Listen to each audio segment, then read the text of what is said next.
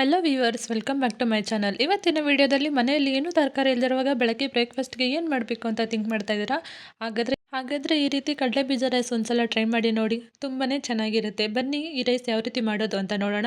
ಅದಕ್ಕೂ ಮುಂಚೆ ಹೊಸದಾಗಿ ನಮ್ಮ ಚಾನಲ್ನ ನೋಡ್ತಾ ಇರೋರು ಪಕ್ಕದಲ್ಲಿರೋ ಬೆಲ್ ಐಕನ್ ಪ್ರೆಸ್ ಮಾಡುವ ಮೂಲಕ ನಮ್ಮ ರುಚಿ ಅಡುಗೆ ಚಾನಲ್ನ ಸಬ್ಸ್ಕ್ರೈಬ್ ಮಾಡ್ಕೊಳ್ಳಿ. ಬನ್ನಿ ಈ ರೈಸ್ ಯಾವ ರೀತಿ ಮಾಡೋದು ಅಂತ ನೋಡೋಣ. ಮೊದಲನೇದಾಗಿ ಕಡಲೆ ಬೀಜ ರೈಸ್ ಮಾಡ್ಕೊಳ್ಳೋಕ್ಕೆ ನಾನಿಲ್ಲಿ ಒಂದು 2 ಟೇಬಲ್ ಸ್ಪೂನ್ ಅಷ್ಟು ಕಡಲೆಬೇಳೆನ ಹಾಕ್ಕೊತಾ ಇದ್ದೀನಿ. ಈ ಕಡಲೆಬೇಳೆನ ಹಾಕ್ಕೊಂಡ್ಮೇಲೆ ಒಂದು 2 ನಿಮಿಷ ಇದನ್ನು ಚೆನ್ನಾಗಿ ಫ್ರೈ ಮಾಡ್ಕೋಬೇಕಾಗುತ್ತೆ. ಕಡಲೆ ಬೀಜ ಎಲ್ಲ ಚೆನ್ನಾಗಿ ಫ್ರೈ ಆಗಿ ಇದು ಸ್ವಲ್ಪ ಕಲರ್ ಚೇಂಜ್ ಆಗಬೇಕು, ಅಲ್ಲಿವರೆಗೂ ಇದನ್ನು ಚೆನ್ನಾಗಿ ಫ್ರೈ ಮಾಡ್ಕೋಬೇಕಾಗುತ್ತೆ.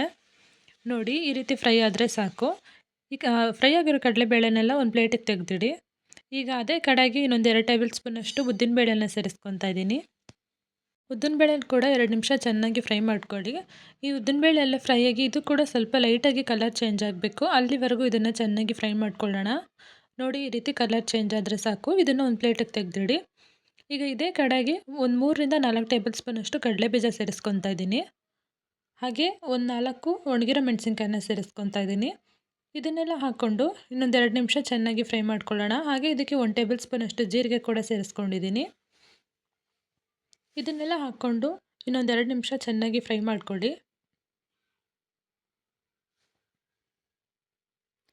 ಕೊನೆಯದಾಗಿ ನಾನು ಇದಕ್ಕೆ 1 ಟೇಬಲ್ ಸ್ಪೂನಷ್ಟು ಎಳ್ಳು ಕೂಡ ಸೇರಿಸ್ಕೊತಾ ಇದ್ದೀನಿ.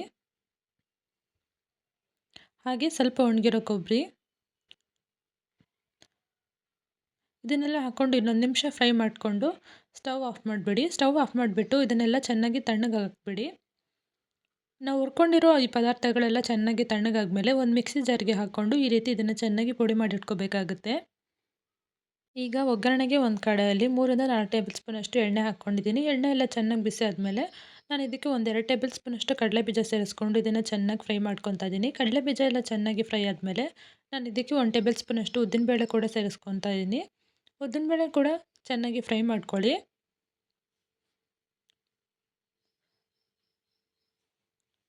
ಉದ್ದಿನಬೇಳೆ ಎಲ್ಲ ಚೆನ್ನಾಗಿ ಫ್ರೈ ಆದಮೇಲೆ ನಾನು ಇದಕ್ಕೆ 1 ಟೇಬಲ್ ಸ್ಪೂನಷ್ಟು ಸಾಸಿವೆ ಸೇರಿಸ್ಕೊತಾ ಇದ್ದೀನಿ. ಸಾಸಿವೆ ಎಲ್ಲ ಸೇರಿಸ್ಕೊಂಡ್ಮೇಲೆ ಸಾಸಿವೆ ಚೆನ್ನಾಗಿ ಸಿಡಿಬೇಕು.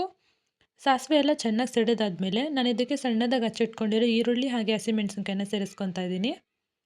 ಹಾಗೆ ಸ್ವಲ್ಪ ಕರ್ಬೇವಿನ ಸೊಪ್ಪು ಕೂಡ ಸೇರಿಸ್ಕೊತಾ ಇದ್ದೀನಿ. ಇದನ್ನೆಲ್ಲ ಹಾಕ್ಕೊಂಡು ಒಂದು 2 ರಿಂದ 3 ನಿಮಿಷ ಹಸಿ ವಾಸನೆ ಹೋಗೋವರೆಗೂ ಚೆನ್ನಾಗಿ ಫ್ರೈ ಮಾಡ್ಕೋಬೇಕಾಗುತ್ತೆ. ಹಾಗೆ ನಾನು ಇದಕ್ಕೆ ರುಚಿಗೆ ತಕ್ಕಷ್ಟು ಉಪ್ಪು ಕೂಡ ಸೇರಿಸ್ಕೊತಾ ಇದ್ದೀನಿ. ರುಚಿಗೆ ತಕ್ಕಷ್ಟು ಉಪ್ಪೆಲ್ಲ ಸೇರಿಸ್ಕೊಂಡ್ಮೇಲೆ ಇದನ್ನೊಂದ್ಸಲ ಚೆನ್ನಾಗಿ ಮಿಕ್ಸ್ ಮಾಡ್ಕೊಳ್ಳಿ. ಈಗ ನಾವು ಒಗ್ಗರಣೆಗೆ ಹಾಕಿರೋ ಈರುಳ್ಳಿ ಹಸಿಮೆಣಸಿನ್ಕಾಯಿ ಎಲ್ಲ ಚೆನ್ನಾಗಿ ಫ್ರೈ ಆಗಿದೆ. ನಾನು ಇದಕ್ಕೆ ಆಗಲೇ ರೆಡಿ ಮಾಡಿಟ್ಕೊಂಡಿರೋ ಮಸಾಲೆ ಪುಡಿನ ಇದಕ್ಕೆ ಸೇರಿಸ್ಕೊತಾ ಇದ್ದೀನಿ. ನಾನು ಇಲ್ಲೊಂದು 3 ರಿಂದ 4 ಟೇಬಲ್ ಸ್ಪೂನಷ್ಟು ಮಸಾಲೆ ಪುಡಿನ ಸೇರಿಸ್ಕೊಂಡಿದ್ದೀನಿ. ಇದನ್ನೆಲ್ಲ ಒಂದ್ಸಲ ಚೆನ್ನಾಗಿ ಮಿಕ್ಸ್ ಮಾಡ್ಕೊಳ್ಳೋಣ. ಹಾಗೆ ಇದಕ್ಕೆ ಸಣ್ಣದಾಗಿ ಹಚ್ಚಿಟ್ಕೊಂಡಿರೋ ಕೊತ್ತಂಬರಿ ಸೊಪ್ಪು ಕೂಡ ಸೇರಿಸ್ಕೊತಾ ಇದ್ದೀನಿ. ಕೊತ್ತಂಬರಿ ಸೊಪ್ಪೆಲ್ಲ ಸೇರಿಸ್ಕೊಂಡ್ಮೇಲೆ ಇದನ್ನೊಂದ್ಸಲ ಚೆನ್ನಾಗಿ ಮಿಕ್ಸ್ ಮಾಡ್ಕೊಳ್ಳಿ.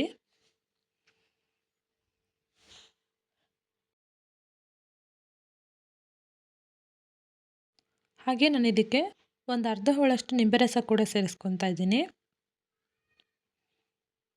ನಿಂಬೆ ರಸ ಎಲ್ಲ ಸೇರಿಸ್ಕೊಂಡು ಇನ್ನೊಂದ್ಸಲ ಇದನ್ನು ಚೆನ್ನಾಗಿ ಮಿಕ್ಸ್ ಮಾಡ್ಕೊಳ್ಳೋಣ. ಹಾಗೆ ನಾನು ಇದಕ್ಕೆ ಒಂದು ಬಟ್ಲಷ್ಟು ಬಿಳಿ ಅನ್ನ ಕೂಡ ಸೇರಿಸ್ಕೊತಾ ಇದ್ದೀನಿ. ಬಿಳಿ ಅನ್ನೆಲ್ಲ ಸೇರಿಸ್ಕೊಂಡು ಈ ಗೊಜ್ಜು ಜೊತೆ ಅನ್ನ ಎಲ್ಲ ಚೆನ್ನಾಗಿ ಬೆರಿಬೇಕು. ಆ ರೀತಿ ಇದನ್ನೊಂದ್ಸಲ ಚೆನ್ನಾಗಿ ಮಿಕ್ಸ್ ಮಾಡ್ಕೊಳ್ಳೋಣ.